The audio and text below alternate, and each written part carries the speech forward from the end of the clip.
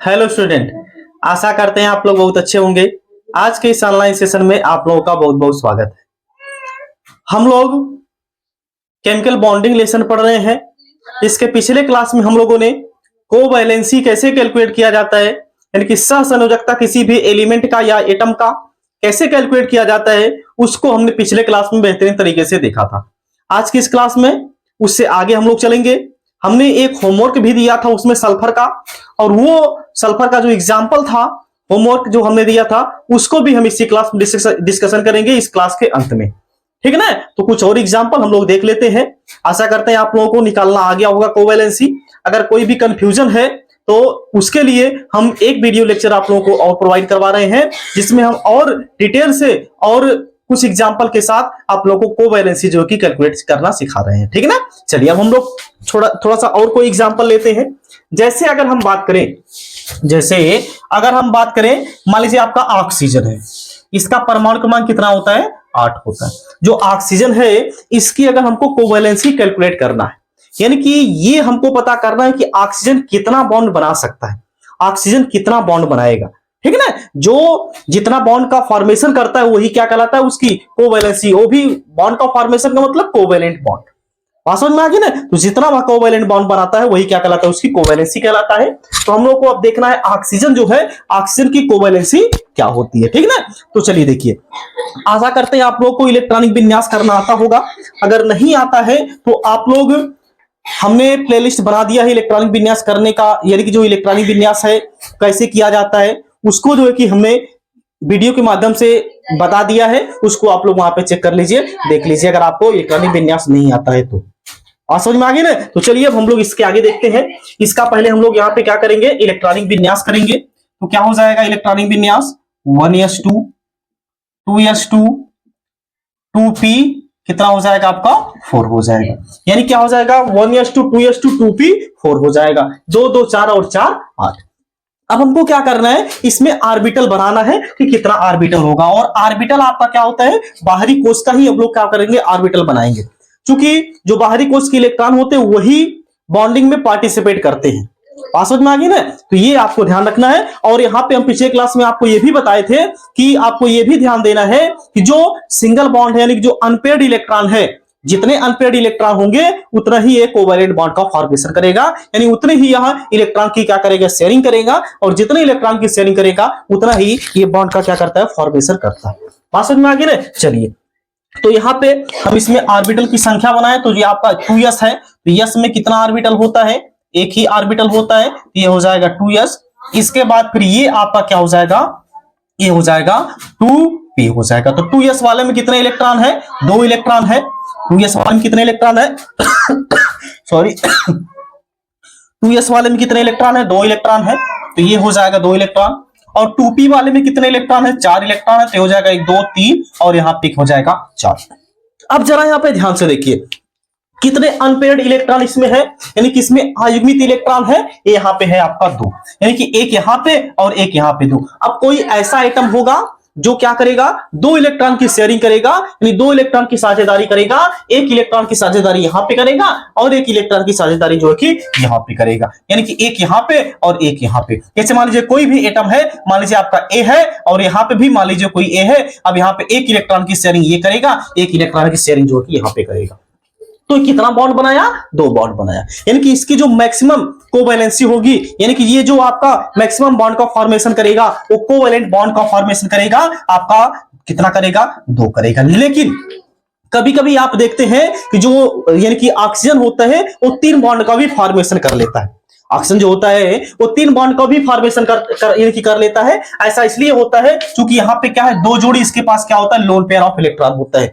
और ये lone pair of electron क्या करता है? डोनेट करता है, डोनेट कर देता है। डोनेट करने के बाद ये क्या करता है? कोवैलेंट बॉन्ड का फॉर्मेशन कर देता है। तो यानी कि अगर हम देखें इसकी जो टोटल कोवैलेंसी होगी कितनी हो जाएगी, यानी कि टोटल कोवैलेंसी की अगर हम बात करेंगे, अगर हम इसकी टोटल कोवैलेंसी की बात करेंगे तो ये क्या हो जाएगा?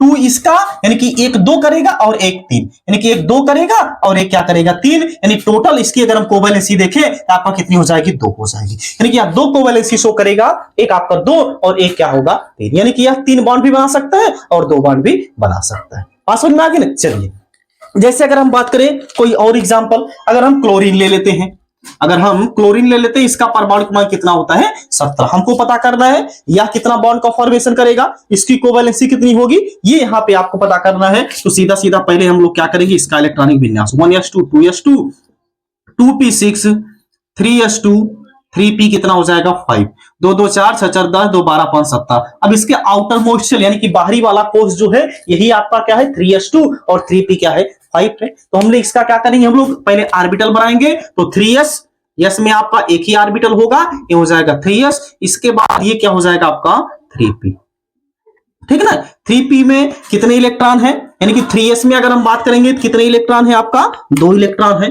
तो कितने इलेक्ट्रॉन हो जाएंगे 2 इलेक्ट्रॉन हो जाएंगे। और 3p में कितने इलेक्ट्रॉन हो जाएंगे 1 2 3 4 और यहाँ पे क्या हो जाएगा 5, यानी कि 5 इसमें इलेक्ट्रॉन है।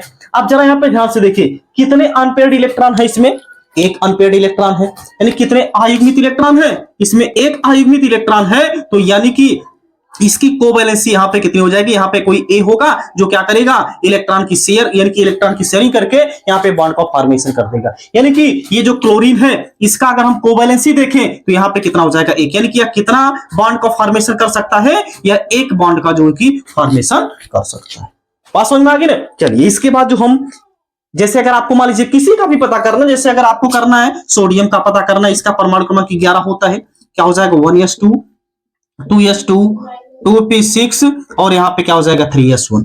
तो क्या हो जाएगा आपका 3s1 है, तो 3s1 इसका ऑर्बिटल बना देंगे तो ये हो जाएगा 3s। इसमें कितने इलेक्ट्रॉन है, एक इलेक्ट्रॉन। अब यहाँ पे एक इलेक्ट्रॉन की और जरूरत है इसको, ठीक ना। यहाँ पे एक अनपेयर्ड इलेक्ट्रॉन है, केवल एक अनपेयर्ड इलेक्ट्रॉन, एक अनपेयर्ड इलेक्ट्रॉन यहाँ पे हो जाएगा, यानी जो सोडियम होगा इसकी कोवैलेंसी कितनी हो जाएगी आपका एक हो जाएगी।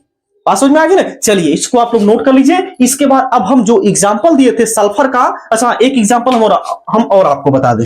जैसे अगर हम नाइट्रोजन की बात करें, इसका परमाणु क्रमांक होता है 7। इसकी अगर हम कोवैलेंसी की बात करेंगे तो कितना हो जाएगा 2p कितना हो जाएगा 3 हो जाएगा, यानी कि 2 2 4 और 3 7। इसके बाहरी कोष में कितना इलेक्ट्रॉन है आपका 5 इलेक्ट्रॉन है। तो बना दीजिए पहले 2s वाला ऑर्बिटल बनाइए, तो ये हो जाएगा 2s और इधर ये हो जाएगा आपका 2p, ठीक ना। ये 2s था, ये क्या है 2p है। अब इसमें कितने इलेक्ट्रॉन है 2s में 2 इलेक्ट्रॉन है और 2p में कितने इलेक्ट्रॉन है 3 इलेक्ट्रॉन है। ये देखिए यहाँ पे कितने इलेक्ट्रॉन है 3 इलेक्ट्रॉन। अब यहाँ पे जरा ध्यान से देखिए, अगर हम इसकी कोवैलेंसी देखें यहाँ पे तो कितनी हो जाएगी 3, यानी एक बॉन्ड यहाँ पे बनाएगा, एक यहाँ पे और एक यहाँ पे, यानी यहाँ पे कोई ए होगा, एक यहाँ पे जुड़ेगा, एक यहाँ पे जुड़ेगा और एक यहाँ पे जुड़ेगा। मतलब यहाँ पे देखा जाए इसकी कोवैलेंसी जो है वो कितनी है आपकी 3 है, यानी कि 3 बॉन्ड का ये क्या करेगा फॉर्मेशन करेगा। लेकिन नाइट्रोजन जो होता है कभी कभी 4 बॉन्ड का भी फॉर्मेशन कर लेता है, जैसे आपने देखा होगा NH4+, ठीक ना। तो NH4+ ये कैसे कर लेता है, क्योंकि इसके पास क्या है एक जोड़ी लोन पेयर ऑफ इलेक्ट्रॉन है। ये लोन पेयर ऑफ इलेक्ट्रॉन क्या करता है डोनेट कर देता है, डोनेट करने के कारण ये 4 बॉन्ड का फॉर्मेशन कर लेता है। यानी कि इसकी एक तो या शो करेगा 3 और एक आपका शो करेगा कितना 4, यानी इसकी जो मैक्सिमम कोवैलेंसी होगी वो कितनी हो जाएगी 4 हो जाएगी। एक तो 3 होगी और एक क्या हो जाएगा 4 हो जाएगा, ठीक है ना। इसको आप लोग नोट कर लीजिए। इसके बाद हम सल्फर का जो एग्जांपल दिए थे उसको आपको बताएं, उसकी कोवैलेंसी आपको कैसे कैलकुलेट करना है। बात समझ में आ गई, नोट कर लीजिए पहले इसको आप लोग। चलिए अब हम लोग सल्फर का देख लेते हैं, सल्फर जो था उसकी कोवैलेंसी कितनी है, ठीक ना। सल्फर ये है यस, इसका परमाणु क्रमांक कितना होता है 16 होता है। तो पहले इसका इलेक्ट्रॉनिक विन्यास कर लीजिए 1s2 2s2 2p6 3s2 3p4 कितना हो जाएगा 2 2 4 6 4 2 12 और 4 16। बाहरी कोष में इतना इलेक्ट्रॉन है, यही है, ठीक ना। और एक चीज जरा ध्यान दीजिए, हम 3p है तो हम यहाँ पे 3d वाला भी लिख सकते हैं, लेकिन इस पे कितना इलेक्ट्रॉन होगा 0 इलेक्ट्रॉन होगा, ठीक ना। चलिए अब इसका ऑर्बिटल बनाइए, ये हो जाएगा 3s, ये हो जाएगा 3s। इसके बाद क्या आएगा 3p आएगा, ये आ जाएगा क्या 3p आ जाएगा। इसके बाद फिर क्या आ जाएगा 3d आ जाएगा, 1 2 3 4, ये आपका क्या हो जाएगा 3d। अब इलेक्ट्रॉन को पहले हम लोग फिल कर देते हैं। 3s वाले में देखिए कितने इलेक्ट्रॉन है 2 इलेक्ट्रॉन है, तो हो जाएगा 1 2 इलेक्ट्रॉन। 3p में कितने हैं 4 इलेक्ट्रॉन, 1 2 3 और यहाँ पे क्या हो जाएगा 4 हो जाएगा। अब अगर देखा जाए 3d इसमें कितने इलेक्ट्रॉन थे 0 इलेक्ट्रॉन थे। अब यहाँ पे पहले चेक कर लीजिए ये क्या है, इसकी नॉर्मल स्टेट है, ये क्या इसकी नॉर्मल स्टेट है, जिसको हम लोग क्या बोलते हैं ग्राउंड स्टेट बोलते हैं, ठीक ना। ग्राउंड स्टेट में अगर देखा जाए तो इसकी कोवैलेंसी कितनी है, कितने अनपेड इलेक्ट्रॉन है, एक अनपेड इलेक्ट्रॉन यहां पे है, एक अनपेड इलेक्ट्रॉन यहां पे। तो कुछ भी नहीं सोचना है, अगर हम ग्राउंड स्टेट में देखेंगे इसकी कोवैलेंसी कितनी हो जाएगी, 2 हो जाएगी। कितनी हो जाएगी इसकी कोवैलेंसी, 2 हो जाएगी। लेकिन अगर यह यानी कि एक्साइटेड स्टेट में चला जाए, उत्तेजित अवस्था में चला जाए, तो अगर इसका प्रथम यानी कि first excited state, first excitation, ठीक है ना, फर्स्ट एक्साइटेशन, अगर हम इसका फर्स्ट एक्साइटेशन देखेंगे तो क्या हो जाएगा, ये जो युग्मित इलेक्ट्रॉन है ये जंप करके किसमें चला जाएगा, डी वाले में चला जाएगा। क्योंकि एक्साइटेड स्टेट का मतलब क्या होता है, इसको हम लोग एनर्जी देते हैं, यानी कि जब इसको हम लोग क्या करेंगे, एनर्जी देंगे, ऊर्जा देंगे, तो ये जो आपका जो इलेक्ट्रॉन है, जहां पे युग्मित इलेक्ट्रॉन है, यानी कि जहां पे 2 इलेक्ट्रॉन है, ये इलेक्ट्रॉन जंप करके जहां पे रिक्त होगा ऑर्बिटल, उसी ऑर्बिटल में क्या करेगा, प्रवेश कर जाएगा। यानी इसमें जो है कि ये प्रवेश कर जाएगा, तो इसकी फर्स्ट एक्साइटेशन क्या आ जाएगी आपकी, ये आपका वही है 3s वाला। इसके बाद फिर यहां पे क्या हो जाएगा, ये है 3p वाला। इसके बाद फिर यहां पे क्या हो जाएगा, ये हो जाएगा 3d वाला, ठीक है ना। तो ये आपका क्या है, 3d। अब इसमें इलेक्ट्रॉन कितने हैं, पहले कितने इलेक्ट्रॉन थे, हम इसको शो कर दें। ये वाला इलेक्ट्रॉन जैसे का तैसा बना रहेगा, ये आपका 2 इलेक्ट्रॉन था, ये वहीं पे रहेगा। लेकिन यहाँ पे अब क्या बचेगा, केवल एक ही इलेक्ट्रॉन, एक इलेक्ट्रॉन यहाँ पे, एक इलेक्ट्रॉन यहाँ पे। अब यहाँ का जो एक इलेक्ट्रॉन था वो जंप करके इसमें चला जाएगा, इसमें चला जाएगा। अब जरा यहाँ पे ध्यान से देखिए, अब यहाँ पे कितने अनपेड इलेक्ट्रॉन होंगे, एक यहाँ पे 2, यहाँ पे 3 और यहाँ पे 1 4। यानी एक यहाँ पे कोई ए जुड़ सकता है, एक यहाँ पे कोई ए जुड़ सकता है, एक यहाँ पे कोई ए जुड़ सकता है, एक यहाँ पे कोई ए जुड़ सकता है। अब यहाँ पे अगर देखा जाए इसकी कोवैलेंसी कितनी आ जाएगी, कोवैलेंसी अगर हम इसको चेक करेंगे तो यहाँ पे कितनी हो जाएगी, 4। यानी कि यहाँ पे कितनी थी इसकी कोवैलेंसी, यहाँ पे इसकी कोवैलेंसी कितनी थी, 2 थी। यानी कि यहाँ पे इसकी अगर हम चेक करेंगे तो कोवैलेंसी कितनी थी आपका, कितनी थी, यहाँ पे 2 थी। लेकिन यहाँ पे देखा जाए इसकी कोवैलेंसी कितनी हो जाएगी, 4 हो जाएगी, ठीक है ना। एक तो 2 शो किया और दूसरा क्या शो किया, 4 शो किया। अब सेकंड एक्साइटेशन स्टेट में क्या हो जाएगा, यानी कि सेकंड एक्साइटेशन में क्या हो जाएगा, देखिए हम यहीं पे बता दे रहे हैं। सेकंड एक्साइटेशन में क्या हो जाएगा, ये जो 3s का इलेक्ट्रॉन है ये भी जंप करके किसमें चला जाएगा, 3d में चला जाएगा। तो जब 3d में चला जाएगा तो यहां पे क्या हो जाएगा, एक अनपेड इलेक्ट्रॉन और हो जाएगा, और यहां पे आपका हो जाएगा। अब जरा यहां पे ध्यान से देखिए, एक अनपेड इलेक्ट्रॉन यहां भी हो गया और एक अनपेड इलेक्ट्रॉन यहां भी हो गया। यानी अब यहां पे कितने हो जाएंगे, देखिए 1 2 3 4 5 और यहाँ पे 6। यानी एक ए जो होगा यहां भी जुड़ सकता है और एक जो ए जो होगा वो यहां पे भी जुड़ सकता है। मतलब अब यहां पे अगर देखा जाए इसकी कोवैलेंसी कितनी हो जाएगी, 6 हो जाएगी। अब यहां पे अगर देखा जाए इसकी कोवैलेंसी जो होगी वो कितनी हो जाएगी, आपकी हो जाएगी 6। बात समझ में आ गई ना। यानी कि जो सल्फर होता है या 2 वैलेंसी भी शो करता है, मतलब या 2 बॉन्ड का भी फॉर्मेशन कर सकता है, 4 बॉन्ड का भी फॉर्मेशन कर सकता है और 6 बॉन्ड का भी फॉर्मेशन कर सकते हैं। यानी कि टोटल इसकी कोवैलेंसी देखा जाएगा तो कितनी हो जाएगी, 3 हो जाएगी। एक तो आपका 2 हो जाएगा, एक तो आपका 4 हो जाएगा, एक तो आपका क्या हो जाएगा, 6 हो जाएगा। बात समझ में आ गई ना। तो ये था, इसी तरीके से आप किसी भी एलिमेंट की कोवैलेंसी जो कि कैलकुलेट कर सकते हैं, ठीक है ना। अगर आपको इसमें किसी भी प्रकार का कोई भी डाउट हो या कोई और अगर आपको एग्जांपल ऐसा है जो नहीं समझ में आता है, आप कमेंट बॉक्स में कमेंट कर दीजिएगा, हम आपको उसको सॉल्व कर देंगे, इसकी कोवैलेंसी कैलकुलेट करके आपको बता देंगे, या फिर उस पर हम लोग अलग से हम जो है कि वीडियो आपको प्रोवाइड करवा देंगे, ठीक है ना। लेकिन उसके पहले आप लोग इसको पहले नोट कर लीजिए। हो गया, ओके। तो आज की क्लास में बस इतना ही। अब हम लोग मिलते हैं किसी नेक्स्ट क्लास में किसी नेक्स्ट टॉपिक के साथ। तब तक आप लोग जहां भी रहिए स्वस्थ रहिए, मस्त रहिए और अपने माता पिता का ख्याल रखिए। जय हिंद।